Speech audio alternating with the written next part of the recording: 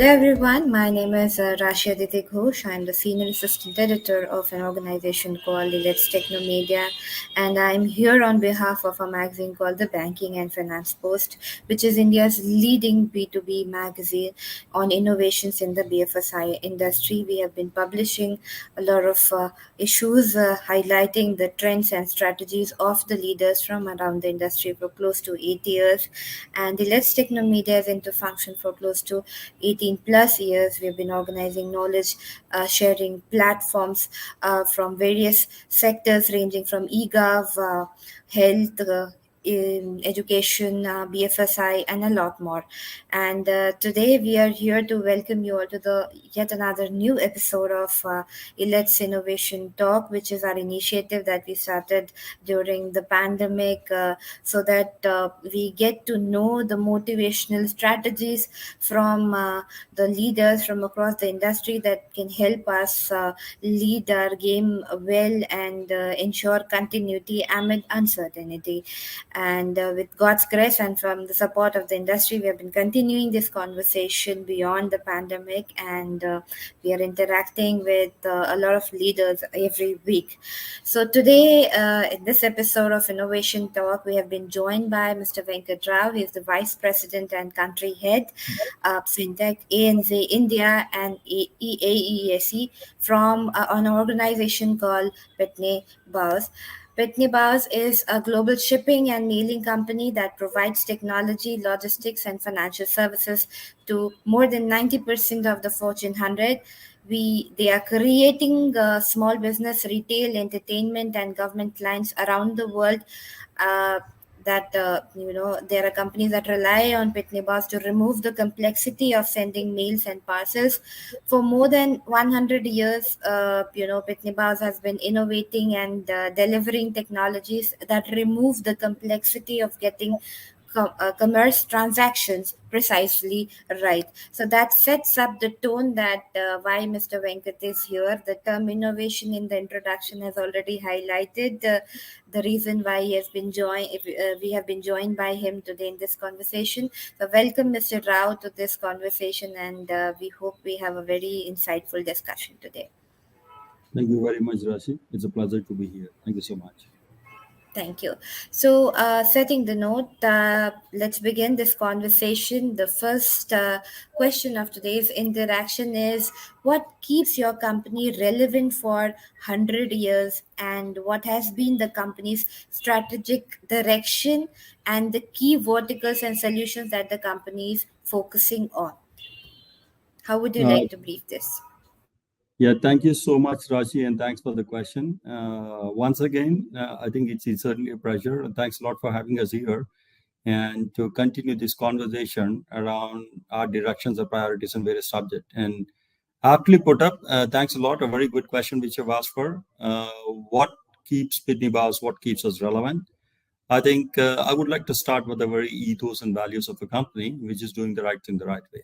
And that is what basically keeps us relevant. And to define it a bit, I think, what do you mean by this? I think we have been close to our heart is the innovation, as a series is around innovation, from the machine age to the digital era. I think we are, Pitney Bowes as a company, we have been instrumental in continuously innovating and creating the state-of-the-art technologies which are predominantly data-driven. And this predominantly, needless to say, supports across all the client verticals which we address, which is the government, e-commerce, logistics, banking, financial, and other stuff. And in summation, if I were to put it, I think our zeal to innovate, and not just innovate, but continuously innovate to be relevant by taking out the complexities of the customer clients' problems is something which keeps us more relevant and thriving and striving. And that is what we do. And just to share a couple of things, I think, where do we do it? We basically do it in the areas which are core to our strategic priorities, which is in sending documents for freight, shipping for e-commerce, and logistics verticals. And more specifically to India, I would really want to talk about one such client-led innovation, which is the stamp duty collection for revenue departments. This is innovation, which basically an example why it just not just keeps us relevant, but also enables us to thrive and enhance the kind of thing by bringing in agility is our ability to solve the problem of the revenue collection in the state and state governments of India. And Pitney Bowes evidencing just a note on this is the classic example and the testimony of this zeal of innovation which we bring to the table is available in the Pitney Bowes secured evidencing solution, which basically helps the state governments, collect the revenue in a seamless and secured manner by facilitating digital reach in a more convenient and yet a highly secured manner. Thus is an example, and just probably another testimony for this kind of client-led innovation, which we can speak about here, which is unique to our strategic priorities, is we're committed to play a pivotal role in the transformation of the stamp duty collection in India by progressing the Government of India's Digital India initiative. And an example of this, I think in the last 6 to 8 months, our solution has helped the state and revenue departments collect more than 100 million US dollars by way of stamp duty revenues through a certified stamp vendors and other financial institutions. Probably that gives us a summation of the question which you asked, hopefully.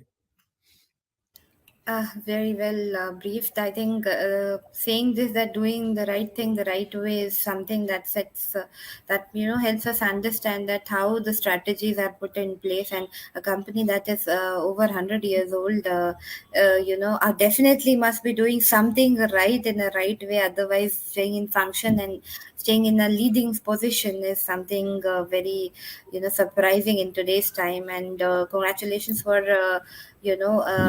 the platform, and then you're working with Digital India also in alignment, so that gives us a lot of boost, and we hope that we get to hear more innovation related updates from your end. So moving ahead, the next question that I would like to ask you is, for how long did your company has been present in India, and what has been the recognitions around the presence? You already mentioned about Digital India. So Thank you once again for the question. To just let you know briefly, I think in India we've been present from 18 plus years, which is 2004 onwards. What does it mean? In what way we are present? Basically, we are a 900 plus strong team in India, which is spread out in major cities, which is the corporate office being at Gurgaon, and the sales offices in Bangalore, Mumbai, and then Chennai. And added to that, we have our global innovation centers in Pune and Noida, and with a volley of service team being present in the type 2 and 3 cities. I think one of the points which I really want to highlight about here before jumping on to the recognitions and the accolades which were received at large from the industry is I would like to emphasize on the culture piece at Pitney Bowes, which is closer to our ears and closer to hearts, and goes back to the ethos which I said of doing the right thing the right way. And our culture, integrity, and the shared values has been the fundamental to our success, and this has been visible throughout our history. Just pointing on a couple of highlights around the accolades which we received, and these are a testimony that the culture and the ethos which we display are basically responsible for getting us where we are. And to name a few, Pitney Bowes has been named as one of India's top 20 best companies to work for in 2022 by the Great Place to Work. Not just this, I think the on a more happier note, I would like to share that we have been named in this by this coveted club for 9th time. So while we have ranked 18th in the year 2022, but this is a reputation for the 9th time. Once again, a testimony of our client focus and the people and culture centricity which we bring to the table. And it's also a matter of pride to be consistently recognized for people first culture and the client focus, which we very clearly talk about and resonate with the ethos which have been reinforcing time and again. I would also like to tell you that we have actually excelled in 5 of the dimensions for building a high trust and a high performance culture. And to name them, the credibility, respect, fairness, pride, and camaraderie. And this clearly goes on to demonstrate in the kind of awards and accolades which we're receiving.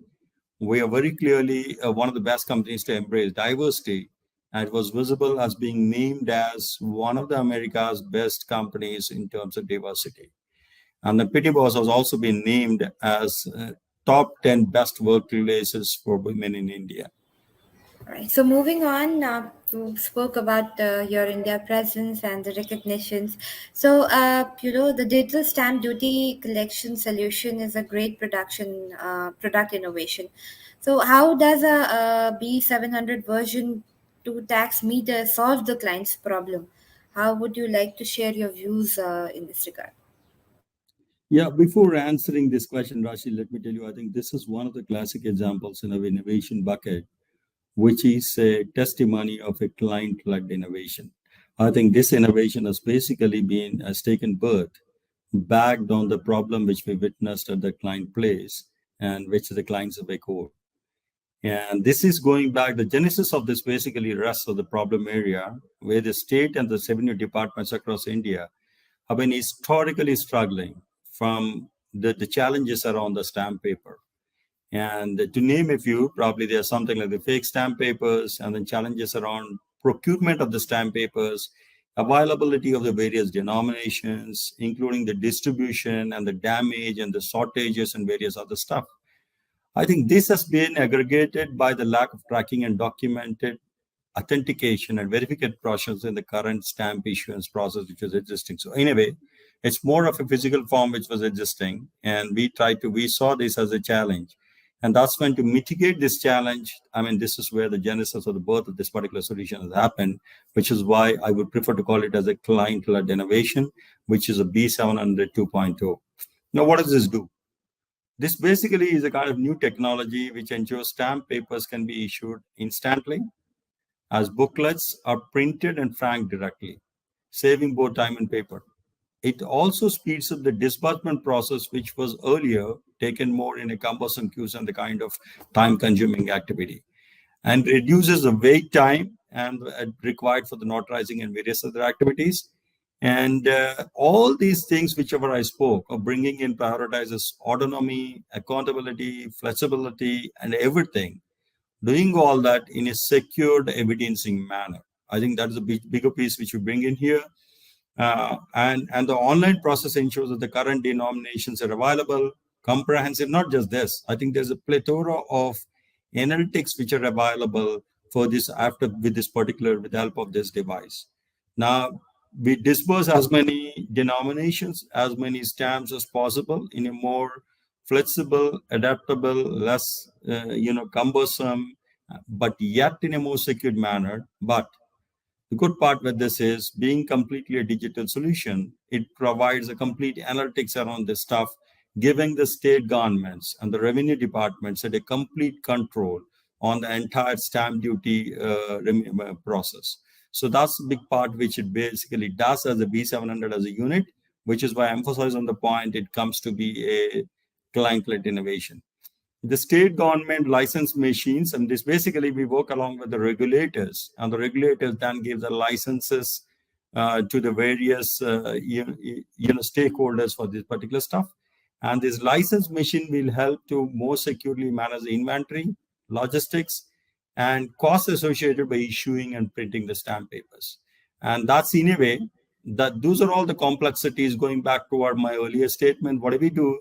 Pitney Bowes as a company works in taking out complexities from the client's businesses, and that is exactly what we're doing with the B700 as a device. And I would call it as a phygital, because while it's a physical device, it integrates all the digital capabilities which are pretty much needed to resolve and enhance the efficiency of working in the revenue and revenue departments and the state governments. Yeah. All right. So, would you like to help us with, understanding that how is it creating value for the citizens and is creating social impact? Yeah, in the excuse me, in the earlier question, I tried to answer what B700 is about, and what does it do, and in what way it basically takes out the complexities from the client, which is the revenue department and the state governments for us. But there is a client which is of our clients, which is the end customers of the citizens, and that is where this basically device brings in a huge value. And our value of doing the right thing the right way, once again reinforcing, informs every decision and action we take as a company. And we're mindful of our incredible legacy which we bring in. And then we ensure that this particular thing, this ethos has been knit across all our stakeholders, including our client stakeholder markets where we operate. And coming back to your question more precisely to give you an answer, with the support of the government, the B700 2.0 has been implemented in India in the district revenue offices, the banks, the NBFCs, and other financial institutions, as well as the stamp vendor. Stamp vendors are recognized licensed vendors by the regulatory, which is the revenue department, who have the authority to churn and sell the stamps based on the licenses which they issued. And the solution also installed in rural areas where there are connectivity and bandwidth issues. So that clearly explains that we're not just solving the problems of the urban customer, but we are also thereby solving the problems which are originating for the rural customer. And across the country, the governments currently, as we speak, governments approved this inclusive technology at many of the states. And this also played a role in enabling an employment opportunity for the stamp vendors. I think the stamp vendors have been sidelined for various reasons because of the kind of security challenges it brings in. And this was never a segment which was thought to be given a push in an aggressive manner. But with the adoption of this new age technology of B700 2.0, it eliminates all the security challenges and does evidencing in a more secure manner. That's why the governments also uh, took the baton of taking the stamp vendors to the fore. And that's where we talk about the social impact of these stamp vendors. Who are these stamp vendors? Stamp vendors are basically under the Stamp Act, the government pays commission to stamp vendors, which is comparable to the commission paid on physical stamp paper. So in a way, the stamp vendors earn their livelihood, marginalized income is that kind of people who come in, who become the stamp vendors under the regulatory of the state government. They earn their incomes by virtue of this. And not just this, what did this B700 do from a social impact perspective? The stamp vendors, being licensed by the government, are now eligible to sell the stamp papers, which basically gave them an ancillary business by way of various other things like, advocate services, notary, and printing, and photocopy, and various other stuffs. Thereby creating them, we call this term as a solopreneurs, and we are pretty happy to say that this is close to our ESG initiative of the company, saying that we care for and try to align ourselves in a manner which is more beneficial, not just to the clients, but to the society at a large. And we are humbled by the social impact story as we created through operating employment, challenging lives of youth, all in cities and towns and villages. And we are pretty much excited about this opportunity to expand the footprint in more states of India as we speak. All the best with your plan of expansions, and I really see most welcome. I really see a lot of efforts being put by a company. I told you that's into function for 100 years across on the global front and 18 plus years in India. So I see a brighter future for your organization here in India as well. Now let's take the conversation towards the pandemic that we are also we all are facing the adversities of the pandemic, and the challenges are still there with us. In the post-pandemic era, what are the trends and changes you see in shipping and e-commerce industry, and what are your plans henceforth? Because we all know that each and every industry has been impacted. So, a continuity plan is something that everybody is ready with. So, how do you, share your views in this regard, Mr. Rao? Thanks again. I think this is the shipping is one more strategic priorities for us as a company, and more so even in this part of the geography. And just on this question, I would like to highlight that we recently reviewed the Pitney Bowes Partial Shipping Index.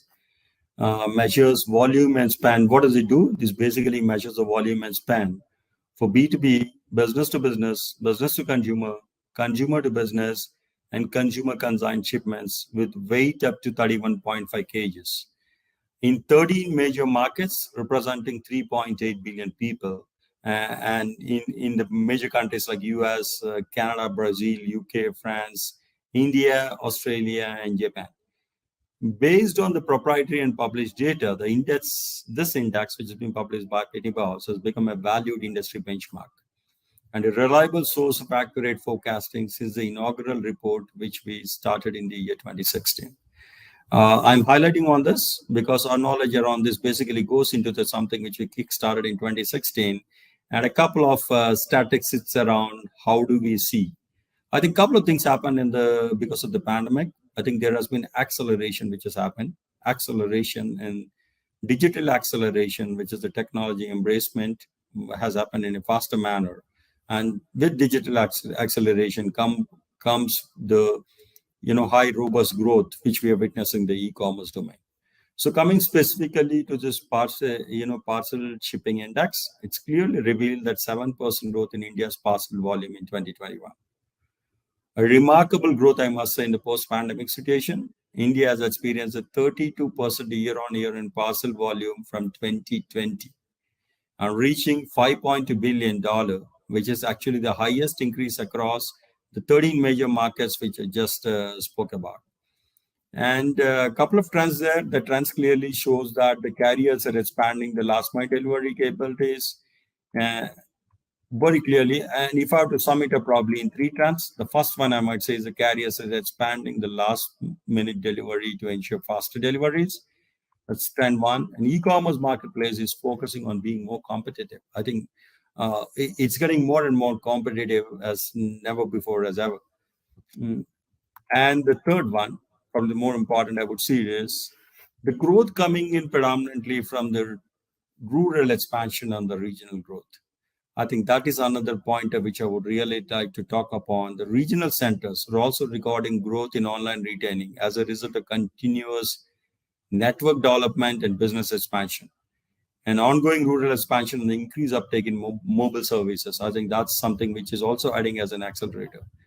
As a result, what's happening? I think more consumers across a wider geography are now have access to online shipping, meaning retailers need to consider how to cater to these expanding populations. That's in summation around three trends which I basically foresee as happening in the post-pandemic era. So now, moving ahead with your strategies, we will now shift the conversation towards your new expansion that is covering A and Z as a region. And congratulations on that achievement, first of all. And so, what are the key priority areas of the business, and how do you intend to bring synergies between the countries with regards to business, people, and the culture? Uh, Thank you so much. And I must admit with all the humility that the expansion has given me an opportunity to understand Asia Pacific market in a great deal. While we are treating them as different geographies, I think there is one point which I really want to highlight about underline over here, which is different geographies of different cultures and different people, cultures, and different practices. But the common thing for us as a company, as a legacy company, and somebody as an entity which believes strongly in our ethos of doing the right thing the right way, I think there is a common thread which runs across all the geographies for us, which is the PB culture. I think that is something which is people first culture, client first culture, and doing the right things the right way. And these are the things which basically are, which I see a synergy which can knit across. And given the backdrop that this people first culture synergy, which is already existing, I personally see a lot of opportunities where we can double up and demonstrate and take more value to the clients. And some of the examples are in the areas of the shipping and e-commerce. And we're also focusing on something which is more predominantly present in the Australia part of the geography. We're also trying to look at various other geographies, like India, to bring it up is something called as smart access management. What is this? We do not call it as a visitor management. We call it as a smart compliant access management for the simple reason it helps the clients to comply with the visitor health checks, streamline real-time visibility of processes, manage physical and digital business acumen, and various other things. So in summary, I think I see a lot of synergy which is happening around people first practices, which we will bring in. And also we see a lot of synergy around the products and the client segments. How can the clients in a particular segment being benefited by a solution? And how can the clients in another geography leverage from that? How do we adopt and blend them both so as to get better efficiency and with a client first kind of focus? That's kind of work which we're doing in. And again, an important point to say here, obviously, is we measure a performance against the highest ESG standards. And this is so true irrespective of the geographies which we operate in.